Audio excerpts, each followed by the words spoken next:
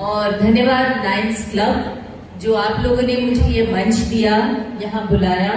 और धन्यवाद पचोर की महिलाएं जो इतनी बड़ी संख्या में इतनी खूबसूरत शाम हमारे साथ बिताने के लिए आई हैं। बहुत बहुत धन्यवाद आप लोगों का। और मुझे यहाँ आकर बहुत अच्छा लग रहा है।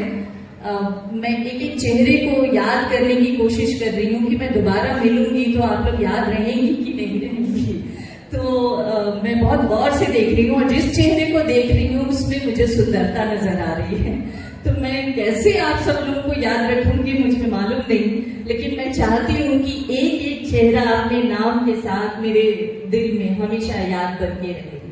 तो इस शाम को इतना खूबसूरत बनाने के लिए और हम सब लोगों को यहाँ बुलाने के लिए नीलू और आप सब लोगों का बहुत बहुत धन्यवाद।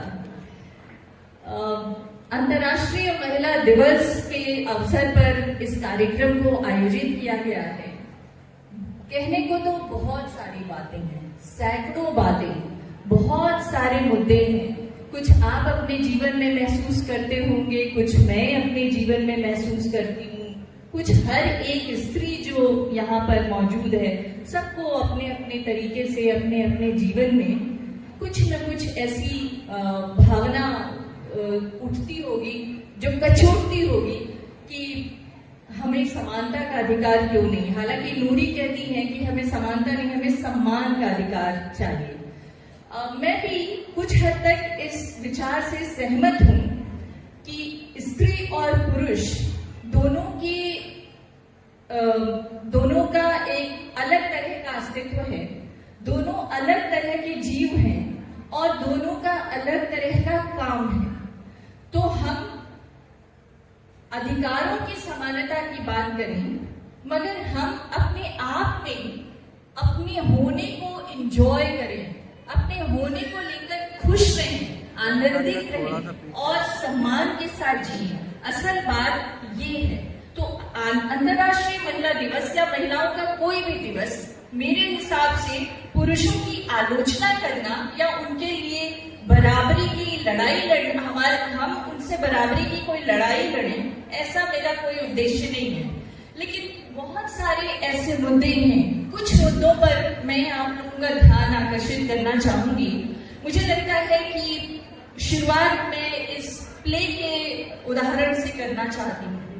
अभी आपकी शिक्षिका थी जिन्होंने शायद इस प्ले की रचना की थी और उसको आयोजित करवाया था। मैं उनको एक याद दिलाना चाहती हूँ। शायद आप शिक्षिका हैं तो आपने जरूर पढ़ा होगा और आपको याद रखना चाहिए कि विधवा विवाह की जो कानून है यह आज से नहीं, हमारे देश में 67 साल से लागू है। 1956 में देश में जब हिंदू कोड बिल पे बहस चल रही थी तो विधवा पुनर्विवाह का कानून पास कर दिया जा चुका है। ऐसा नहीं है कि हमारे देश में विधवा पुनर्विवाह का कानून नहीं है। इसलिए ये मांग करना मतलब मुझे समझ में नहीं आया। शायद आप लोग की एक शुरुआत की कविता मैं सुन रही थी जिसमें आप लोग कुछ ईश्वर से प्रार्थना कर रहे थे, मैं उसको नोट कर रही थी, जिसमें आप लोग आ रहे थे, हे शारदा माँ अज्ञानता से हमें तार दे माँ।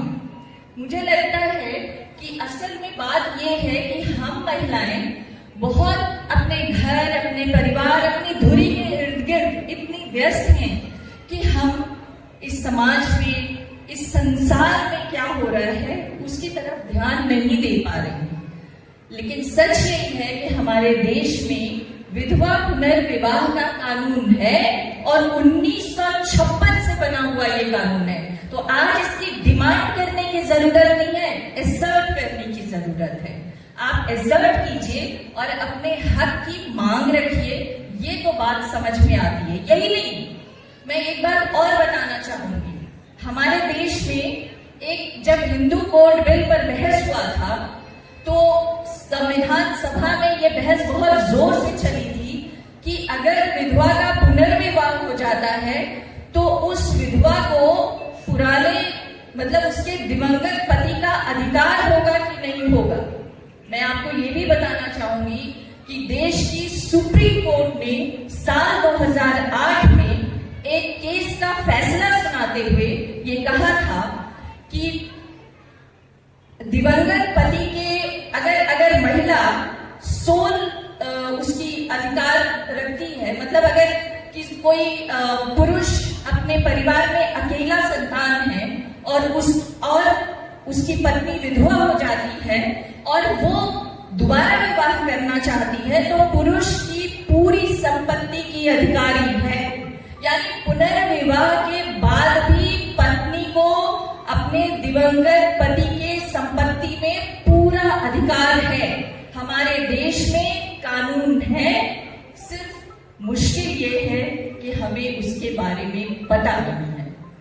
तो मैं इतना कहना चाहूंगी कि जब आप लोग यहाँ पर अंतर्राष्ट्रीय महिला दिवस मनाने के लिए इकट्ठा हैं, तो छोड़िए अंतर्राष्ट्रीय, आप तो राष्ट्रीय महिला दिवस मनाइए और राष्ट्रीय में छोड़िए, प्रदेश और बच्चों के महिला दिवस मनाने की शुभारंभ कीजिए। मैं पत्रकार रही हूँ, मैं पत्रकारिता के नाते हर देश प्रदेश और राज्यों में क्या घटनाएं हो रही हैं, आपके इलाके में क्या घटनाएं हो रही हैं, रोजाना पढ़ती रहती हूँ और अनेक महिलाएं मुझसे मिलने भी आती हैं। आपके इस इलाके की महिलाएं करीब 5 साल पहले मेरे पास आई थी और वो मुझे बोलती थी कि हमारे यहाँ नात्रा की प्रथा है जिसमें महिलाओं का बेहद शोषण होता है और आप लोग अगर इस नात्रे की प्रथा को किसी तरह से रुकवा दें तो महिलाओं का बहुत भला होगा। अफसोस कि मैं उसमें कोई मदद नहीं कर पाई, लेकिन मेरे दिल में ये कचोट है कि काश हम इस नात्रे की प्रथा को खत्म कर सकते तो महिलाएं कम से कम इस राजगढ़ जिले में रहने वाली महिलाओं को इस नात्रा की कुप्रथा से आजादी मिल जाती और तब शायद आप लोग सचमुच इस जिस महिला दिवस को मनाने के लिए इकट्ठे हैं उस महिला दिवस का एक सकारात्मक पहलू, एक मनाने का एक मतलब एक जो सकारात्मक अंदाज है वो प्रस्तुत कर पाती।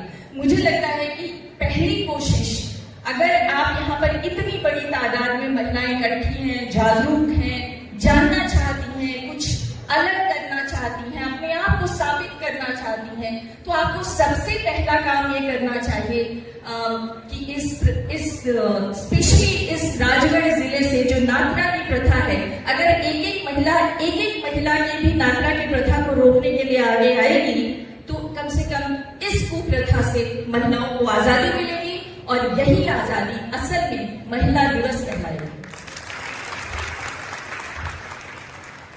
रही बात विधवा पुनर्विवाह की, मैंने आप लोगों को बताया कि कोई भी जब इस तरह की संस्थाएं काम करती हैं तो उनको अपने आसपास देखना चाहिए, उनको थोड़ा समाज और थोड़ा कानून की जानकारी होनी चाहिए। मुझे खुशी है कि आप लोग समाज के बीच में जो घटनाएं हैं, जो कुप्रथाएं हैं या जो एक मतलब पिछड़ी हुई सोच है उसको बहुत अच्छे और संवेदनशील तरीके से समझ रही हैं, क्योंकि ये जो आप लोगों ने प्ले किया ये एक्चुअली बहुत ही अच्छा प्ले था। मेरे अंदर भी इस नाटक की कुछ पंक्तियां घूम रही हैं और मुझे लग रहा है कि शायद आप लोगों ने बहुत अंदर तक महसूस कर इस प्ले को अंजाम दिया।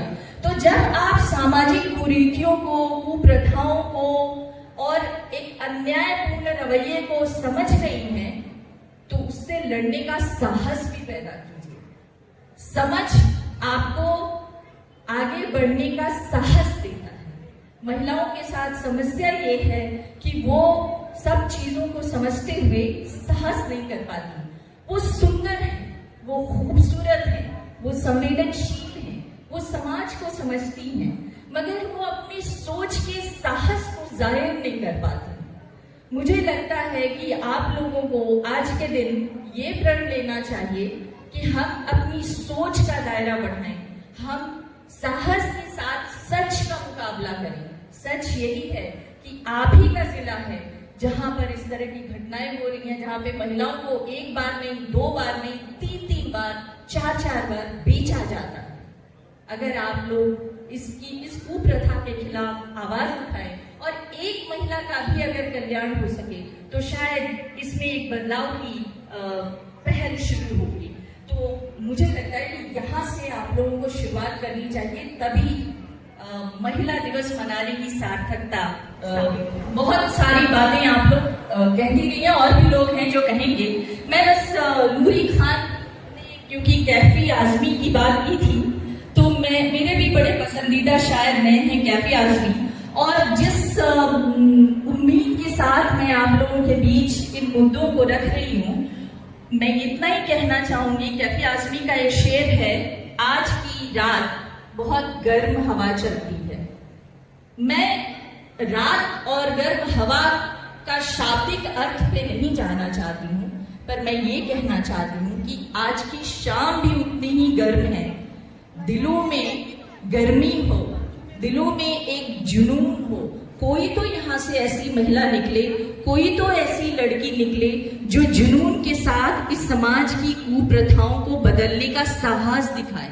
तो आज की रात बहुत गर्म हवा चलती है, आज की रात फुटपाथ पर नींद नहीं आएगी। मुझे भी शायद आप लोगों के बीच से जाने के बाद बहुत सोचूंगी कि आप लोगों ने ये जो नाटक किया वो सचमुच कितना डराने वाला है। तो आज की रात बहुत गर्म हवा चलती है, आज की रात फुटपाथ पर नींद नहीं आएगी।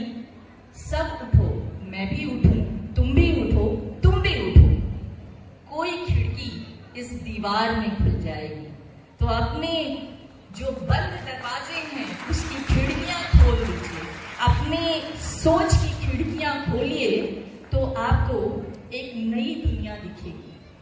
मैंने ऐसे बहुत सारे उदाहरण देखे हैं, बड़े छोटे छोटे प्रयासों से बहुत बड़े बड़े काम हो जाते हैं। क्योंकि अगर हम अपने जीवन की जो संघर्ष हैं, जो मुश्किलें हैं, अगर हम नहीं आगे आके बात करेंगे, अगर हम नहीं सोचेंगे कि इसको बदलने की पहल करनी है, तो कोई दूसरा नहीं आने वाला।